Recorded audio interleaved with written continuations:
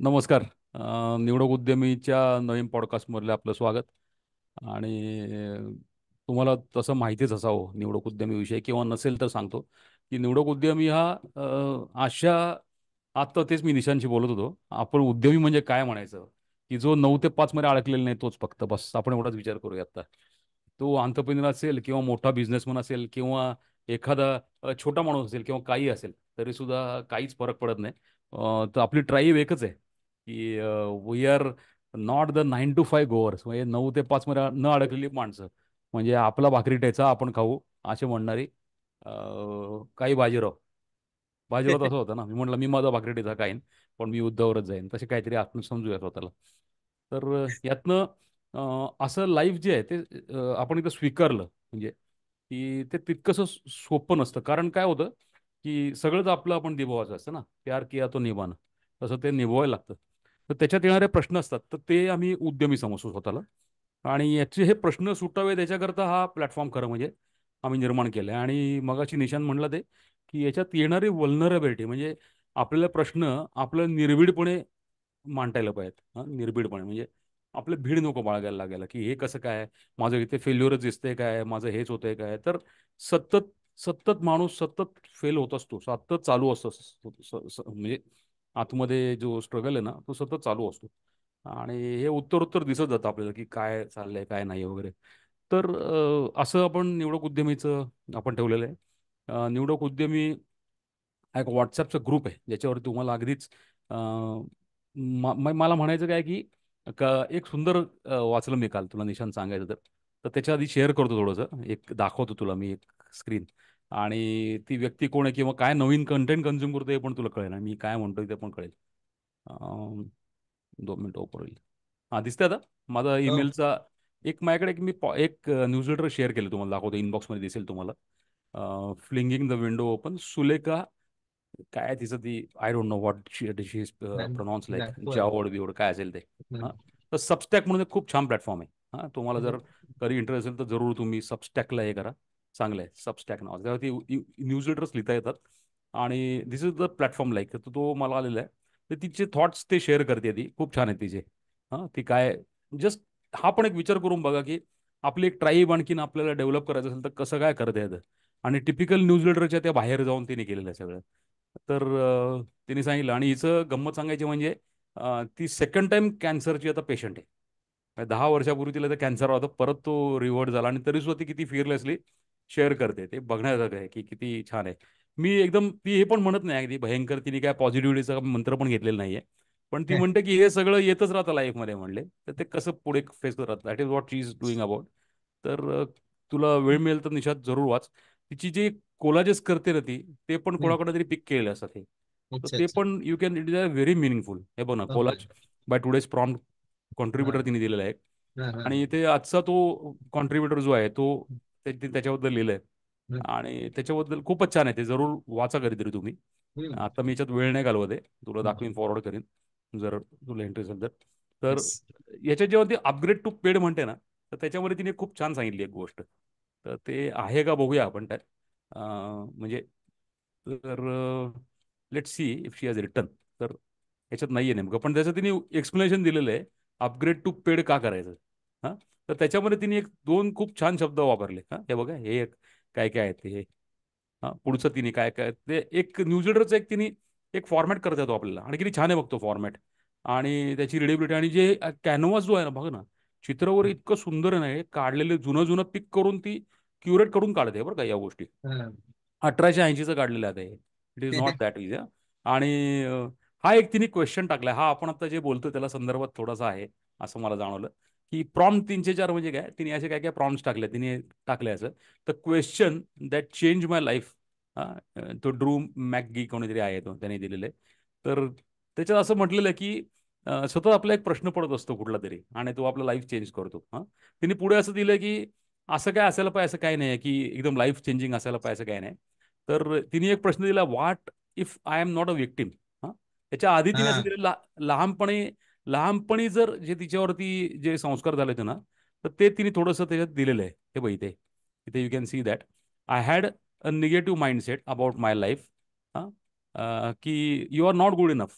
हे पण आपल्यासारखं असतं डोक्यात. आपल्या हा. सतत आपली जी खंत असते ना, हम्म. तर you are not good enough. आणि you will never get what you want out of life. हां. आणि याच्या लगेच समोर एकदम अग्रेसिव्ह पॉझिटिव्ह, मैं जो चाहता लेत, मी जे पाहिजे ते मिळविनच वगैरे, असे ऑपोजिट साईडचे असतात. हा. बट तसं नाहीये हे सगळं, हे प्रकार ती लिहिल्यातून. तशी म्हणते की what if I am not a victim, असं तिने जो एक टाकलेला हे आहे. तर तो पण आपल्या मनामध्ये सारखं असतं चालू. तर तिने तो एक त्याच्यातनं मला सांगायचं असं आहे की एक गोष्ट महत्वाची बोलायची अशी की आपला जो सतत पडणारा जो प्रेसिंग क्वेश्चन आहे, तो every time it goes on changing and changing. तर तिने त्याच्यात जे पेडचं जे आव्हान केलं ना, त्यातल्या दोन गोष्टी मला खूप चांगलं हिंट मिळाली. आता म्हणजे मला त्यातनं मला खूप चांगलं हे मिळालं की माझ्या आयुष्यात मला पडलेल्या प्रश्नाला उत्तर मिळालंय सध्या. की तुला माहिती आहे की माझं मिनरल वॉटरचं आम्ही बरंच काम करतो. तर मला काही वर्ष जाणवलं की हे जे नुसतं आहे ना, आपण प्लांट सप्लाय करणं, इट्स अ बोरिंग थिंग. म्हणजे ते सगळं सप्लाय करणं आणि त्यातनं ते वर्ष वर्ष अडकून बसतो आपण, ते निभावणं वगैरे, ते झालं, त्यातनं गेलं, पार झालं आता. आणि that is not a value which I am finding myself. मला त्यातनं ओके. फार काही रिचनेस वाटत नाही. मग हम्म. काय वाटतो हे सारखा विचार करतो की सर्व्हिसेस देणं पण जरा प्रॉब्लेमॅटिक असतं. आता रिसेंटली काय झालं की आम्ही एक ठिकाणी जे ट्रेनिंग्स घेतो ना, त्याच्या पुढची आम्ही काही अ, पुढची ट्रेनिंग ऑर्गनाईज केली होती आणि आम्ही प्लांटच्या व्हिजिट्सवर त्याच्यात असतात आमच्या कधी कधी. तर त्यात ते 2-3 लोकांनी डीचच केलं प्लांटच्या व्हिजिटमध्ये. म्हणजे ते लोक म्हणतात, म्हणजे ऐन वेळेला तोंडावर त्यांनी पांट्यावर, हा प्रकार नित्य निरंतर होत असतो. आणि हम्म. सगळ्यांच्या बाबतीत होतो, म्हणजे माझ्याच बाबतीत होतं असं नाहीये. अगदी मोठ्या मोठ्या लोकांच्या बाबतीत सुद्धा त्यांचे 3-4 ऑप्शन्स ऐन वेळेला तयार असतात काय करायचं. मी टीव्ही सिरियल मागे एकदा उदय निरगुडकरांनी तिकडे बँगलोरला सांगितलं होतं की त्या स्वयंच्या टॉकला एकदा माणूस म्हणणार तो आलाच नाही, कारण हे मनस्वी असतात लोक. ते म्हणले नाही यायचं मला, असं म्हणून गेलं. मग अशा वेळी काय करायचं, त्यांच्याकडे हे आधी योजना असते किंवा ओके. हा त्यातला भाग आहे. तर त्याच आपण वल्नरेबल विषयी आज बोलणार आहोत. त्याच्या आधी सांगतो की सुलेखाने त्या पेडला कसं आवाहन केलंय की if you want to come to my paid thing, तुम्हाला काय मिळतात ना, ad free and algorithm free. This was a fantastic eye opener for me. Algorithm free. मग अल्गोरिदम फ्री म्हणजे कसं समजायचं, तर आपण असं समजूया की आपल्याकडे दूध टाकतो दूधवाला रोज एक. हं? रोज दूध टाकतोय तो. तर आपण म्हटलं नको आता दूधवाला, मी स्वतःच आणीन. म्हणजे आपण समजलो की त्याचे 70-80 रुपये द्यायचे नाहीयेत. हं? हम्म. आपला जर ड्राईव्ह तो असेल, मी पण घरी जाऊन दूध आणतो बरं का स्वतः. पण हम्म. त्याचा ड्राईव्ह वेगळा आहे. त्याचा ड्राईव्ह असा हम्म. आहे की मला रोज ते येऊन पडायला नकोय, वाया हा. जायला नकोय. हा. 70-80 रुपये वाचवणं हा त्याच्यामध्ये ड्राईव्ह नाही. हा. पण समबडी थिंग्स की 70-80 रुपये वाचवायचे आणि हा नको, मी जाऊन आणतो. देन वी गो टू दुकान. मग ते पुष्पश्री आमच्या समोर एक दुकान आहे. मग तिकडे गेलं की दूध घे स्टोअर ना, आपल्याला नानकटे दिसते, खारी दिसते. हम्म. दिस इज ऑल अल्गोरिदम. मग तो अल्गोरिदम म्हणजे काय, हे पुटअप केलेले आहेत. आणि मग तो दुकानदार असून तो चाणाक्षपणे हेरतो. हां, काय मागितलं तर काल खारी मागितली का, चला पुढच्या दिवशी खारी घेऊन हजर होते आपल्याकडे. So this is algorithm. Once you search वरती, मग फालतू सुद्धा गडबड व्हायला लागते युट्यूबची. की मी माझ्याच युट्यूब चॅनलला जरी गेलो, तरी तिकडे मग सचिन तेंडुलकरची सेंचुरीत मला दिसायला लागते. की रविराजा सचिन तेंडुलकर काय बोललाय, because I have search somewhere. It has hmm. Found out that I am having a deep interest in that subject. बरोबर. इट ॲझ्युम्स, हा म्हणजे फाइंड आउट असं पण नाहीये. अजून. मूर्खासारखं ॲझ्युम करतो आणि ते आदळतं आपल्यावरती. हम्म. तर दिस इज अल्गोरिदम. नाव ही पण एक ट्राईब आता डेव्हलप व्हायला लागली आहे की अल्गोरिदम फ्री. आय वॉन्ट हम्म. Something algorithm free. तर हा कधीतरी तुमचा एक व्हॅल्यू एडिशन म्हणून विचार जरूर करून बघा. तू सुद्धा हम्म. निशांत, तुझं पण आपण बोलत असतो की हम्म. How to go. आपण डीपर विचार करतो ना तर आता हम्म. जास्ती. त्यात तिने अजून एक आजच्या न्यूजलेटरमध्ये अजून एक शब्द वापरलाय की हा जो प्रेसिंग क्वेश्चन आहे ना, त्याचं त्या प्रश्नाचं वेट, हा विचार करा, त्या प्रश्नाचं वेट म्हणजे वजन, त्याचं त्याचं महत्व, वजन. इंग्लिशमध्ये ते शब्द चांगला वापरला, the weight of that question and weight of the context has been ever growing hmm. As I am growing in life, असं तिने म्हटलेलं आहे. तर ती गोष्ट महत्वाची आहे. आणि हे प्रश्न आपल्याला पडायला पाहिजेत, तरच आपल्याला उत्तर सापडेल की मी जे काय करतोय उपजीविकेकरता, जीविकेकरता, ते माझ्या लाईफला कनेक्ट होतंय का. नाही तर काय होतं, नोकरदारामध्ये काय होतं, एखाद्याने बँकेत नोकरी केली असते आणि खट करणं 60व्या वर्षी नोकरी ती जाते आणि दुसऱ्या वर्षी is free. He is not able to connect that bank job to his life. That is a problem hmm. With job. उद्योजकाचा प्रश्नच नाही तो. तो पहिल्यापासून तो त्याच्यातच असतो. मी काय हम्म. करतो, मी हेच करतो, मी तेच करत राहणार आहे. सगळ्यात महत्वाचं म्हणजे माझ्या पोळी भाजीसाठी मलाच काहीतरी करावं लागणार आहे. त्यामुळे I am always connected. So त्यामुळे नैराश्याची शक्यता उद्योजकाला खूप कमी आहे. तर त्यामुळे तुम्ही उद्योगात शिरा हम्म. आणि त्याची चव बघा. त्याची केल्याशिवाय उतरल्याशिवाय कळणार नाही. तर याच गोष्टीवरती आज थोडंसं आहे. त्याच्यातनं काही काही कन्सेप्ट आपण शिकत असतो की ह्युरिस्टिक्स असतात किंवा असे फंडे मांडलेले असतात. आपल्याला वाटतं हे काहीतरी मॅनेजमेंटचे फंडे आहेत. जसं म्हणतात ना, शिवाजी महाराजांचं मॅनेजमेंट. शिवाजी महाराजांनी काय मॅनेजमेंट विचार करून केलं नाही. पण त्यातनं मॅनेजमेंट निर्माण झालं सायच. तर ते कशातनं निर्माण झालं, ही भूमी कशी आहे आणि त्याची ती तत्व काय आहेत. पण ती तत्व आज आपल्या रेडीमेड वापरायला हजर आहेत. तर ती जर तत्व आपण डोक्यात ठेवली, जसं हम्म. रूल ऑफ 72 इन्व्हेस्टमेंट करता आपण लक्षात ठेवला कायम, तो फक्त शेअर्स इन्व्हेस्टमेंटलाच नाही, एखाद्या प्रोजेक्ट इन्व्हेस्टला पण तो कामाला येतो. तर हे युरिस्टिक्स कसे त्यातनं आले, त्याच्याविषयी निशांतने आमचं थोडंसं बोलणं झालं होतं. तर आय जस्ट रिक्वेस्ट, तुझं काय त्याच्यावरती तू काढलंस, की तुम्हाला पटकन म्हणलं, हो याच्यातनं 3-4 गोष्टी मला दिसतात तुमच्या या घटनेमधनं. हो. तर ते जस्ट हो. आता मांडतो. हो, तर बोलणं असं होतं की बऱ्याच वेळेला आपल्याला बिझनेस मध्ये स्लो डाऊन येतो किंवा काही काही गोष्टी आपण अटेम्प्ट करत असतो, पण त्याचा इमिजिएट रिझल्ट दिसत नाही आणि आपल्याला असं वाटतं की this may not be the right choice for my business, असं असं असतं. आणि ह्याच्यातून नैराश्य वगैरे हे तर आहे, पण त्या गोष्टी सततच्या करत राहायच्या की नाही, ह्याच्या दोन्ही बाजूचे स्कूल ऑफ थॉट्स आहेत. आणि मग आपण कसं आहे, तर काही गोष्टी म्हणजे आता त्याला मूर्त स्वरूप जसं सौमित्र सर म्हणाले की ह्या बऱ्याच लोकांनी आपापल्या अनुभवातून, आणि हे आता लिखित स्वरूपात आपल्याला अवेलेबल आहे. आज पुस्तकं किंवा आजच्या जमान्यातलं सोशल मीडियाचा फायदा असा आहे की हे ज्ञान आपल्याला फिंगर टिप्सवर अवेलेबल आहे. आपल्याला आपापल्या व्यवसायात आता तो अनुभव येतोय, पण लोकांनी ते अनुभव घेतलेले आहेत, त्याचं व्हॅलिडेशन मिळवलेलं आहे आणि ते लिखित स्वरूपात पुढच्या जनरेशनसाठी मांडून ठेवले. तर हे जे स्लो डाऊन किंवा काय करायचं काय नाही करायचं ह्या सगळ्या बद्दल थोडी चर्चा चालू असताना म्हटलं की अरे ह्याच्यातले काही रूल ऑफ थंब आहेत ज्याच्याबद्दल सेपरेटली आम्ही पॉडकास्ट, तर त्याला जसंच्या तसं आणि एकदम बेमालूम कनेक्ट होतं आणि असं नंतर वाटतं की अरे बिझनेस करायचे कोर म्हणजे सेमच आहेत. आपण आता म्हटलं की आपण शिकत असतो हे ते, किंवा शिवाजी महाराजांनी काही स्वराज्य निर्माण करण्यासाठी किंवा स्वराज्याला धोका म्हणून काय गोष्टी आहेत त्या सगळ्या टाळल्या. आणि म्हणून ते आज आपण मॅनेजमेंट फंडे किंवा आज ते शिकवले जातात बी टाउन स्कूल. तसंच पहिला महत्वाचा मुद्दा म्हणजे काही टाळल्या महाराजांनी गोष्टी की आता मला प्रोटेक्ट करायचं आहे हे. जलदुर्ग बांधले कारण डच पोर्तुगीज येणार आहेत, तर त्यांच्यावरती नजर ठेवायला आणि मला माझं स्वराज्य आता मी जे मिळवलंय ते प्रोटेक्ट करायचं. तर फर्स्ट त्याचं ऍक्च्युली कन्व्हर्जन काय आहे एखाद्या थंब रूल मध्ये, तर रूल ऑफ इन्व्हर्जन आपण जे म्हणतो ते, की काय नाही करायचं. काय नाही करायचं ह्याचं फिल्टर लावलं की ऑटोमॅटिक जो उरतो तुम्हाला ते योग्य गोष्टी की मला काय करायचं. फॉर एक्झाम्पल, एफडी ला 5% येणार आहे, तर इन्फ्लेशनच 6% आहे, तर मी पैसे बनणारच नाही, मग हे नाही करायचं. मग हे नाही करायचं की त्याला पाठीला पाठ लावून प्रश्न येतो, तर मग काय करायचं किंवा कुठल्या असेट क्लासने आपल्याला इन्फ्लेशन पेक्षा जास्त रिटर्न देईल. दुसराच प्रश्न आहे. पुढचे दोन प्रश्न तुम्हाला जरा तुम्ही 5 मिनिटं गुगलवर वाचलं तर कळणार की जगभर फक्त इक्विटी आणि म्युच्युअल फंड या दोन असेट क्लासने आपल्याला इन्फ्लेशन पेक्षा जास्त पैसे कमवून दिलेले आहेत.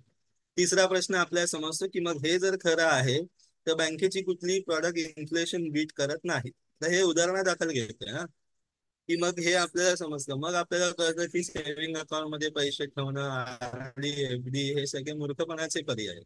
किंवा ह्याच्यात उत्तरोत्तर आपण आपली संपत्ती कमी करतो. तर हा एक इमिजिएटली जे काय नाही करायचं म्हणजे इन्व्हेस्टिंग मधलंच अजून एक उदाहरण द्यायचं तर, की काय केल्याने मी माझा बट्टाबोळ होईल किंवा आय विल गो बस्ट, किंवा माझं दिवाळं निघेल, असा प्रश्न विचारला स्वतःला की त्या सगळ्या गोष्टी अवॉइड कर. तो दॅट कनेक्ट टू इन्व्हर्जन, की काय नाही करायचा हा पहिला प्रश्न आहे, की तो एक बेस्ट फिल्टर आउट आहे. नेक्स्ट मग काय करायचं, किंवा आता इनोव्हेशन वगैरे बद्दल आपण बोलतो, तर अजूनपर्यंत असं होतं काही वर्षापूर्वी की इलेक्ट्रिक व्हेकल या इकॉनॉमी कशा ठरतील किंवा ह्यांच्यासाठी ह्या सिक्युरिटी नॉर्म्स पार करतील का, किंवा सतत कोण चार्जिंग करत राहणार, ते चार्जिंगचं नेटवर्क कसं तयार होईल, काही जाणाऱ्या बॅटऱ्या बनवू शकतील की नाही, बॅटरी एकत्र बनवायची तर त्याचा किती खर्च येईल, मग बॅटऱ्यांमध्ये काय काय मूलद्रव्य असतात, म्हणजे कोबाल्ट असतं, कॉपर असतं, हे ते, तर ते वेगवेगळं जर परचेस केलं जगभर वेगवेगळ्या ठिकाणाहून तर बॅटरीची किंमत स्वस्त होईल का. हा सगळा विचार इलॉन मस्कने केला की हे असंच का होतं, म्हणजे इलेक्ट्रिक व्हेकल का नाही, इकॉनॉमिक किंवा सेफ्टी गार्ड्स मीट करून रस्त्यावर धावू शकतील. ह्याला आपण म्हणतो फर्स्ट प्रिन्सिपल रिझनिंग, की जे जे काय अजूनपर्यंत ठोकताय मांडले गेलेले आहेत त्याला प्रश्न विचारणं, की हे असंच का, काइंड ऑफ. आणि मग तुम्ही का विचारत एका अशा लेवल पर्यंत गेला की त्याचं पुढे विघटन होत नाही, आणि मग तिकडून तुम्ही रिव्हर्स इंजिनिअरिंग करून ते बिल्टअप केलं, तर त्याला आपण म्हणतो फर्स्ट प्रिन्सिपल रिझनिंग. आता हा फिजिक्सचा कन्सेप्ट आहे, पण मस्कने जे काही धंदे काढले त्या सगळ्याच्या मुळाशी हे स्पेसएक्स जेव्हा त्याने काढलं तेव्हा सगळ्यात जास्त खर्च आहे की रॉकेट उडवलं की ते गेलं अंतराळात. मग ते अंतराळात गेलं एकदा म्हणजे परत दुसरं नव्याने बनवा. मग अंतराळात गेलेलं जर माघारी आणता आलं आणि तेच परत परत उडवता आलं तर का नाही शक्य असं. आणि मग त्याने स्पेस एक्स काढली. तर हे नेक्स्ट आपण म्हणजे जे सेट रूल ऑफ थंबला जाऊन कनेक्ट होतं ते फर्स्ट प्रिन्सिपल रिझनिंग आपण सेपरेट ह्याच्याबद्दल पॉडकास्ट केलेले आहे. आता आपण विचार करतो की मग आपलं जेव्हा चुकतंय आणि आपण जेव्हा आत्मपरीक्षण केलं तर आपल्याला जाणवतो की अरे ह्या गोष्टीची मी काळजी नाही घेतली होती. मी आता आपण परवा उदाहरण घेतलं की घर विकत घेणं आणि घर भाड्याने, ह्याच्यामध्ये जे मी म्हटलं की भारतात तुम्ही कुठेही गेलात तर घराच्या रकमेच्या 2 ते 2.5% किमतीत तुम्हाला भाड्याने राहता येतं. आणि साधं तुम्ही विकत घ्यायला ते घर गेलात तर त्याला 7.5-8% तुम्ही इंटरेस्ट देता.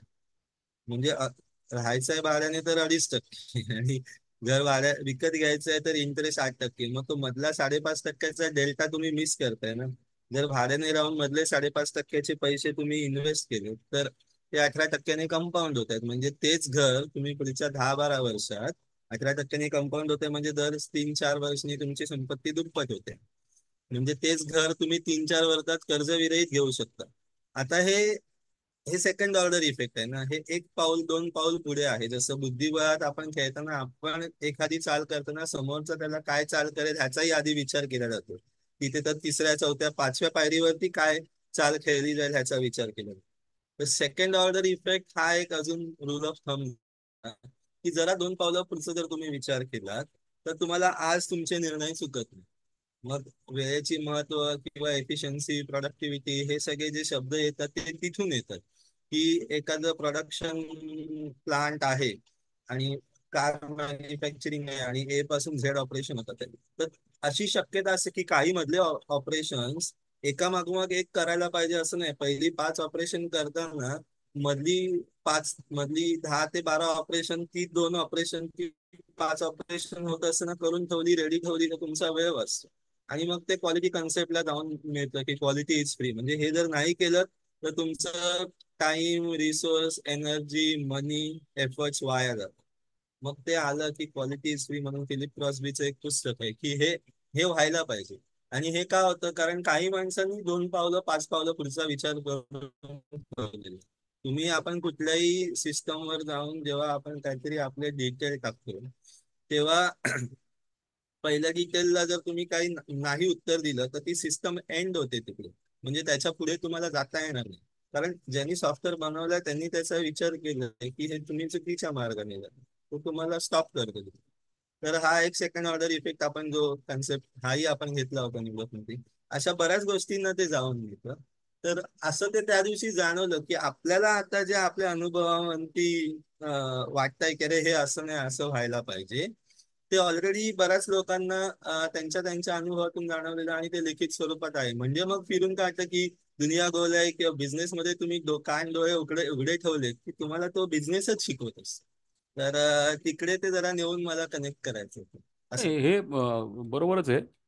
आम्हाला हम्म, काही काही येणार तुला अनुभव सांगतो की कसं होतं. म्हणजे पर्टिक्युलर हे वॉटर बिझनेसचं मी ट्रेनिंग अनेक वर्ष देतो ना. तर हम्म, याच्यात मला अनेक वेळेला जाणवतं ना की लोक ना म्हणजे आता परवा सुद्धा हे जी घटना झाली आमची, आम्ही काय केलेलं आहे, एक माझं ऑनलाईन ट्रेनिंग असतं त्याच्यावरती एक बिझनेसच्या बद्दल आम्ही सगळं आर बिरो आहे सगळं शिकवतो. आता त्याच्याबद्दल फार बोलत नाही मी, त्याचा क्रक सांगतो फक्त.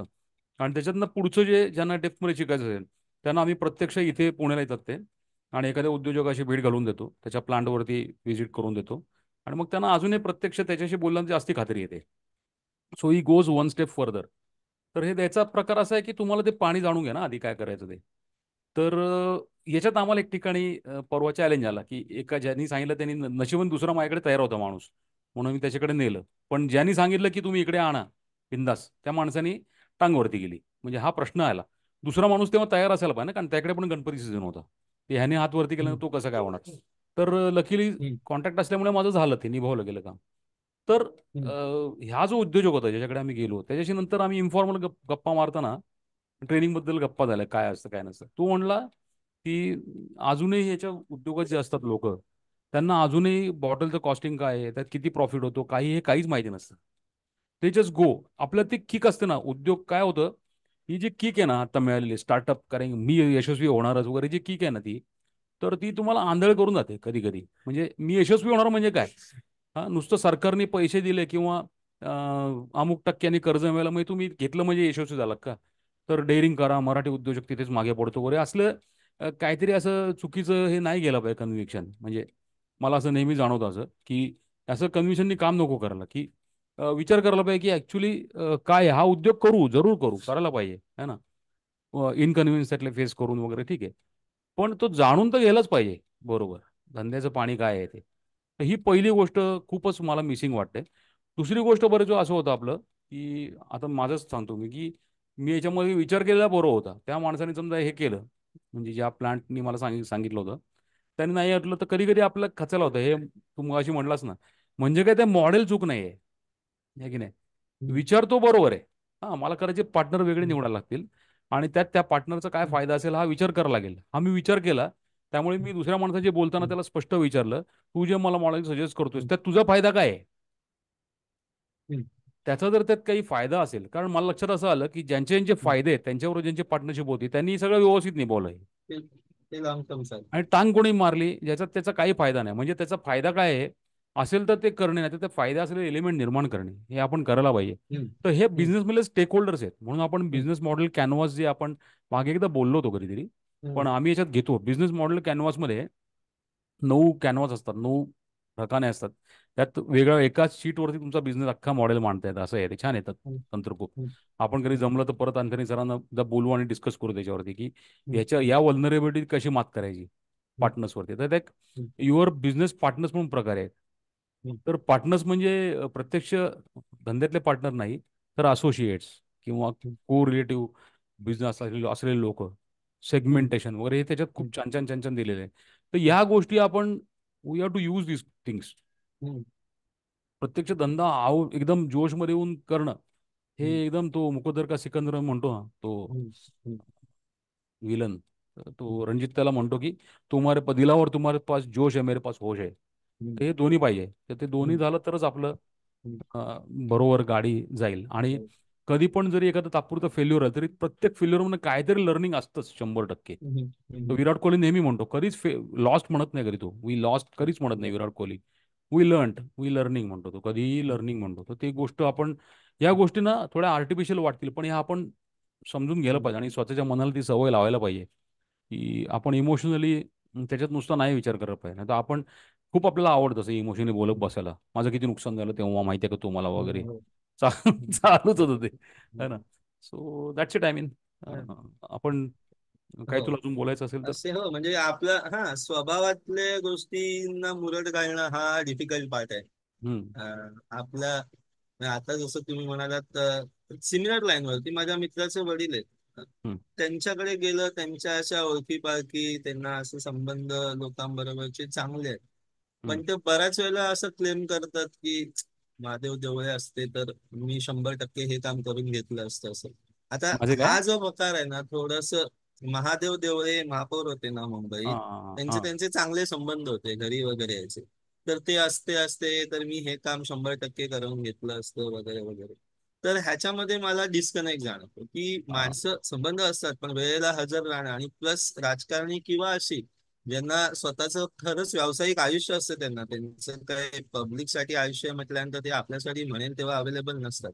तर हे न माहीत करून घेणं आणि तरी सुद्धा स्वतःच्या कॅरेक्टर मध्ये सुधारणा न करणं हे मला अव्यावसायिक वाटतं. तर बरोबर आहे, हे बरोबर आहे. छोटे छोटे कंगोरे आहेत जे लोकांनी कारण मग बडाया मारलं आणि ते काम नाही झालं, तुम्ही तोंडावरती पडणार हा भाग नाही, पण व्यावसायिकाचा एक महत्वाचा मुद्दा काय असतो माहितीये की तो आवाजावी बोलत नाही आणि तो दोन्ही बाजूचा सारासार विचार करतो. म्हणजे करायला महादेव पाहिजे देवळेनी तरी. माझं काम नाही केलं म्हणून हा हा एक्झॅक्टली. महादेव देवळनी माझं काम नाही केलं म्हणून मी रुसून जाणं हाही ऍक्च्युली एक डिफॉल्ट आहे. म्हणजे इझी टू ऑफेंड म्हणतो ना, व्यावसायिक कधीच इझी टू ऑफेंड नसतो. तो तो सगळं सहन करतो, कारण त्याला त्याची अपसाईड माहीत झालेली असते. तो फक्त तो हाडामासाचाच असतो, पण तो रिस्क रिवॉर्ड रेशो जरा वेगळ्या पद्धतीने खेळत असतो. तर असे पण स्वभाव वैशिष्ट्य डेव्हलप करणं याविषयी आपण खूप बोललात. म्हणजे इच्छा असणं बिझनेस करायची आणि त्यासाठी लागणारी कॅरेक्टरिस्टिक बिल्डिंग ही निरंतर गोष्ट आहे, ती करायला पाहिजे. हो, आणि आणि ते साईडला अनुभवातून येत राहतं. साईडला पर्टिक्युलरली आपण कुठला नवीन एक्सपेरिमेंट करतोय, मी हल्ली असा खूप हं, विचार करतो हं. की तात्पुरतं समजा आपल्याला जर एखाद्या घटनेचं तात्पुरतं वैफल्य, काय तात्पुरतं वैफल्य येतं ना, आपल्या गोष्ट स- वैफल्य म्हणजे काय, स- एकदम डिप्रेशन पर्यंत जायला नको आपण, अगदी भयंकर. हां, पण नाही. वैफल्य म्हणजे काय, थोडंसं लोक म्हणलं फ्रस्ट्रेशन आलं का, म्हणलं "अरे नाही नाही, फ्रस्ट्रेशन नाही आहे. हं, लेट अस फर्स्ट हं. ऍक्सेप्ट इट की मी फ्रस्ट्रेट झालोय, नाही, मला एक अमुक आहे. गोष्ट नाही येस, मिळाली, I yes. Am frustrated. Y? हा हा. Y? Because I am not माणूस आहे. Got what I wanted. मला जे पाहिजे ते बरोबर. वैफल्य म्हणजे फळ मिळालं नाही हो, केलेल्या गोष्टीचं, नाही मिळालं, हो. पहिले ऍक्सेप्ट करा ना. हम्म. मी काय असं म्हणतो, कायम वैफल्यग्रस्त आयुष्यभर राहिलेल्यावर हो, नाहीये, नाहीतर हो, केलं नसतं धंदा मी. हो. तर फर्स्ट स्टेप इज ऍक्सेप्टिंग की काय, मी प्रिन्सिपल नाही म्हणत, I am just telling my process, की ते ऍक्सेप्ट केलं की मग कळेल की अरे कुठे गणल्या गोष्टी, मी गणलेलो नाही, माझ्या गोष्टी गणल्यात. असं होऊ शकतं ना. I am not wrong, my methods may be wrong. तर मेथड मग चेक केली मी सगळी, की काय झालं, म्हणजे माझी आयडिया बरोबर होती. मला पहिलं काय सापडलं, आयडिया राईट आहे. कारण माझ्या धंद्याला एक साधं प्रिन्सिपल वापरलं मी याच्यामध्ये, की जेव्हा तुमचा कॅश फ्लो जो आहे, माझा कॅश फ्लो समजा नफा तोट्याचं गणित असं धरूया आपण, नफ्या तोट्याचं व्यावसायिक गणित, स्वतःचं नाही म्हणत आहे, स्वतःचं गणित नफ्यामध्ये असू शकतो आपण, म्हणून तर आपण जिवंत आहे. हां, धंदा तुमचा कधी कधी चॅलेंजमध्ये असू शकतो. कोविड नंतर माझा पण धंदा चॅलेंजमध्ये होता, अजूनही आहे. मला अजूनही एक्सटर्नल फंडिंग करावं लागतं माझ्या बिझनेसला. ओके. तर या केसमध्ये मी एवढंच पाहतोय, की गेल्या वर्षापासून मी ठरवलं की ऍटलिस्ट एका स्टेजला आपण फ्रीज करूया प्रॉडक्ट रेंज, आणखीन तो माझं जे फंडिंगची रिक्वायरमेंट आहे ती कमी कमी कशी होईल माझी, बरोबर. एवढाच मी विचार करतोय आता. बरोबर. आणि त्या केसला माझा धंदा बरोबर 3-3 महिन्याच्या आलेखाने चाललाय वरती. बरोबर. म्हणजे माझी प्रत्येक 3 महिन्याला रिक्वायरमेंट आहे, म्हणजे फंडिंगची कमी होते. बरोबर. पहिल्या महिन्याला मला 50,000 रुपये द्यायला आले, मग मला हम्म, 20,000 रुपये द्यायला आले, मग 10,000 रुपये द्यायला आले, मे बी. हम्म, हां, हम्म, तर ती कमी होते का, तर हम्म. Yes, that is reducing. तर ही बरोबर. माझी पहिली साईन आहे, म्हणजे माय थिंग्स आर वर्किंग.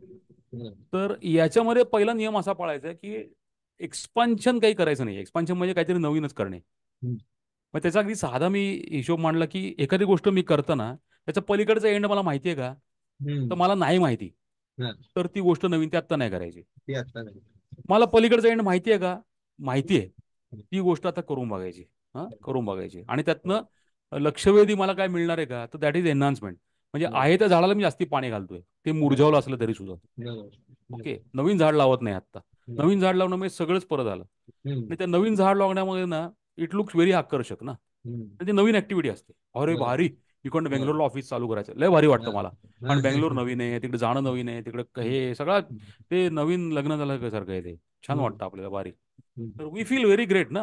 सो हम्म, बट लुक ॲट इट. ते हम्म, मागे एक मूवी होता, कुठला होता तो, चित्रलेखा म्हणून मूवी आहे, चित्रलेखा. तर तो हम्म, बीजगुप्त, आणि ही मीना कुमारी, बीजगुप्त हा राजपुत्र आहे, हम्म, आणि मीना कुमारी त्याची एक प्रेयसी आहे वेगळी, हम्म, म्हणजे नर्तकी असते ती, पूर्वी हम्म, असायची अशा हम्म, राजांना. तर ती आणि ते एका एका बेटावरती आहेत, रात्रीचा हम्म, असा प्रसंग दाखवलाय. एक हम्म, बेट आहे आणि मध्ये तळ आहे, हम्म, आणि ते खूप सुंदर असा, ती रथ असलेली ती होडी बिडी सगळी अशी राजांची नसते का हम्म, तशी, आणि ही सौंदर्यवती ऐश्वर्या एकदम, आणि प्रदीप कुमार हिरो आहे त्याच्यात. तर ती खूपच सुंदर वातावरण असतं ते. तर ती एकदम प्रेमात पडते वातावरणाच्या. वा हम्म, बीजगुप्त, किती छान हे तळ आहे, किती हे आहे, किती छान आहे ते, याच्या नाही येऊ आहे, तेव्हा सगळं ते बोलायला लागते, खूप हम्म, प्रेमात जाऊन आकर्षक. आणि हम्म, बीजगुप्त शांतपणे तितकंच सांगतो, हे सगळं काय माहितीये का, हे सगळे सैनिक लावलेत मी, सगळ्या जंगल आहेत पलीकडे, एक सैनिक काढ, तिकडनं 11-11 प्राणी येतील आणि कधी आपला जीव घेतील माहिती नाही आपल्याला. हम्म. सो वी शुड अंडरस्टँड, आहे मनोहर तरी, तरी आहे हे म्हणून वाटलं ना मनोहर तरी, if it is protected well, that is वाईट इज गिव्हिंग यू, आपण विसरता कामा नये. त्यामुळे पलीकडचा तू म्हटलं ना, सेकंड ऑर्डर थिंकिंग, हे खूपच जास्ती महत्वाची गोष्ट आहे. तर हे प्रिन्सिपल म्हणून तुम्ही डोक्यात आपण टाकूनच घेऊया, की एखादी गोष्ट ठरवली, तो क्या होगा, तो ये होगा, तो वो होगा, तो वो होगा, मेरे को पैसा कितना मिलेगा, की काय धंदा पैसा करता निर्माण केला गेला आहे. हा, परवा एक सायमन सिनेकचा एक व्हिडिओ बघितला मी, सुंदर सायमन सिनेक सुंदर व्हिडिओ, सुंदर. खूप. हा, हम्म, तर त्याच्यात त्यांनी इतकं छान दिलेलं आहे. हम्म, तो म्हटलं, तुमचा धंदा आहे ना, तो गाडीसारखा आहे, कार हम्म, सारखा. हम्म, हा, your business is like a car. हम्म, ओके. तर कारला गॅस लागतो का? येस, गॅस शिवाय कार चालणारच नाही. हम्म, धंद्याला पैसा पाहिजेच. हम्म, ओके. हम्म, पैसा इज मोस्ट इम्पॉर्टंट, येस. हम्म, हम्म, but is the car driven for gas? हम्म. तुमची तुमचे कार गॅस करता चालवली जात नाही. तुम्हाला कुठेतरी पोचायचं असतं. Your business is not run for money, it's run for adding value. What is that value that you try to add? एक नंबर ते उदाहरण मी डोक्यात ठेवतोय सारखं, की पेट्रोल आणि गाडी हे त्यातलं रिलेशन लक्षात ठेवायला पाहिजे. म्हणजे हे झाल्यानंतर तुमच्या कस्टमरला व्हॅल्यू मिळते का, आणि तुम्ही स्टेक होल्डर तुम्हाला प्रॉफिट मिळतोय का, तर हे सगळं गाडी चालू राहणार. नुसतंच समोर व्हॅल्यू ऍड झाली आणि पैसे नाही मिळाले नंतर तरी नुकसान आहे. नुसतंच पैसा मिळाला आणि व्हॅल्यू ऍड नाही तरी नुकसान आहे. सो याची कुठेतरी मोठ आपण सतत बांधत राहायला, हे प्रश्न आणि आपली वल्नरेबिलिटी आपण डिस्कस करत असतो. आणि तेच आपण उत्तरोत्तर डिस्कस करत जाऊया फिअरलेसली आणि ट्रुथफुली. तर हे आपण एक वेगळं ठेवूया. आणि दॅट्स इट. आहे मी तुला अजून काय ऍड करायचं तर. हो, तुम्ही आता म्हणाल तसं की ते जर सैनिक बांधले तर एखादा काढून घेतला तर 11 भूत येतील, तर ते म्हणजे परत सगळं. पण माझ्या डोक्यात जे आठवत होते, बफेटचा जो मोट कन्सेप्ट आहे ना, मोट म्हणजे किल्ल्याचं उदाहरण दिलंय की हो. किल्ल्याला सेंट्रल ऍडमिनिस्ट्रेशन असतं आणि नंतर जे सगळे बुरुज असतात. मग येस. जलदुर्गापर्यंत तुम्ही पोहोचलात समजा, पहिलं तुम्ही भिंत ओलांडून किल्ल्याच्या आतमध्ये आला तर ते मगरी सुसरी सोडून ठेवलेल्या असायच्या. बरोबर. मग अजून सैनिक, मग ते उकळतं तेल घालणं, म्हणजे हे प्रोटेक्शन लेअर क्रिएट केलंय की तुमचं बिझनेस कम्पिटेटिव्ह असता कामा नये किंवा कोणीतरी सहज तो पादाक्रांत करता कामा नये तुमच्या प्रॉडक्ट किंवा सर्व्हिसेसला सबस्टिट्यूट क्रिएट करून. आणि सेंट्रली लावून तुम्हाला हे सगळे प्रोटेक्शन लेयर्स तुम्हाला मेंटेन ठेवायचे असतं. तर एक फाउंडरचं सगळ्यात महत्वाचं काम असतं की तो मार्केटमध्ये काय चाललंय, कॉम्पिटिशन काय करताय, आणि मला काय करायला पाहिजे, मी कसा स्वतःला वेगळा करू शकतो आणि कॉम्पिटिटर माझ्या जवळपास येणार नाही ह्याच्यासाठी सतत त्याला दक्ष राहावं लागतं. इट्स बरोबर. Again rule of its again second order effect मध्ये विचार करणं हम्म. असं. आणि तरी सुद्धा फ्युचरची आपण सतत बघत राहायला पाहिजे. हम्म. कारण डिस्रप्शन असतं ना, डिस्रप्शन ते काय अचानक येत नाही. डिस्रप्शन सुद्धा अचानक नाही. काय चाललंय आपल्याला माहिती असतं, कुठल्या हो, दिशेने चाललंय. हो. समजा AI आलं आणि सगळं धुवून टाकलं उद्या, हम्म, हम्म, तर काहीतरी चाललंय हे आपल्याला कळतच असतं ना. ते बरोबर. काय अचानक येत नाही एक दिवस. जसे किल्ले हे मॉडेल हम्म, जाऊन भूमिगत किल्ले जास्ती हम्म, डेव्हलप झाले. हम्म, आणि नंतर मग एरो जसं विमानं आली तसं किल्ल्यांचं महत्वच गेलं. हम्म, मग आता ट्रेकिंग झालं सुरू तिकडे. हम्म, 450 किल्ले शिवाजी महाराजांनी डागडुजी केले. हम्म, आता they have become trekking spots, but हम्म, समटाईम देवर ऑन हम्म. टॉप. हो, पण हो. ते डिस्टर्ब झालं ना. Disrupt डिस्टर्ब झालं. कशामुळे झालं? हम्म, बिकॉज ऑफ एअर. बरोबर. विमानाच्या निर्मितीनं किल्ल्याचं महत्वच संपून गेलं. तर एनिवे, सो हो, दिस इज ऑल टू लर्न. हो. आणि मी हे पण सांगतो की कडेकडे आता काय वाचन चाललंय पण सांगतो तुला. हम्म, माझ्याकडे आता एक पुस्तक वाचतोय मी. तू शिवाजी महाराजांचं उदाहरण घेतलंस आता. हम्म. तर मराठ्यांची काळची रेव्हेन्यू सिस्टीम हे मी वाचतोय सध्या. ओके. हम्म. थोडं रिसर्च टाईप आहे, जाडा चांगला ठोकळा आहे मोठा. अच्छा. पण there are few things to learn, आपण त्यानंतर बोलूया. हो. पण खूपच सिस्टमॅटिक शिवाजी महाराजांनी ते केलं. हम्म. त्यामुळे ते सगळं पुढे उभं राहिलं. म्हणजे बरोबर. आपण नुसतं म्हणतो ना की फक्त ते इमोशननी नाही चाललेलं राज्य, तितकं अर्थकारण नाही. पण त्याच्याबरोबर होतं. म्हणजे जे खूपच. जे स्टेक होल्डर्स होते सगळे पार्टनर्स, खूप- बिझनेस पार्टनर्स, खूपच. असोसिएट्स, खूपच. त्यांचा महाराजांनी खूप मोठा फायदा करून दिलेला आहे. हम्म. तर ते खूपच. आपण लक्षात ठेवायला पाहिजे. हो. तर असंच हो. Will keep on running the हो. पॉडकास्ट. सो मग सांगायचं राहिलं सांगता सांगता की तुम्हाला जर निवडक उद्यमी जॉईन करायचं असेल तर सध्या 4,500 3,540 रुपये फी घेतो आम्ही वर्षाला. की हा एक आमचा ग्रुप आहे. अल्गोरिदम फ्री, थॉट्स फ्री आणि मचमच फ्री असा ग्रुप तुम्हाला हवा असेल तर काही लोकांचा फक्त ग्रुप आहे. इथे आपल्या गोष्टी याच्यापेक्षा पर्सनली होऊन आपण we come forward, we talk personally, आणि आपल्याला खूप चांगली एकमेकांना मदत मिळू शकते. असा एक निश ग्रुप तुम्हाला हवा असेल तर तुम्ही जरूर निवडक उद्यमीला जॉईन व्हा. अतिशय कमी लोकांचा निश संख्या असलेला ग्रुप आहे हा. धन्यवाद आणि let's keep meeting. Thank you. Thank you. Thank you. Yes.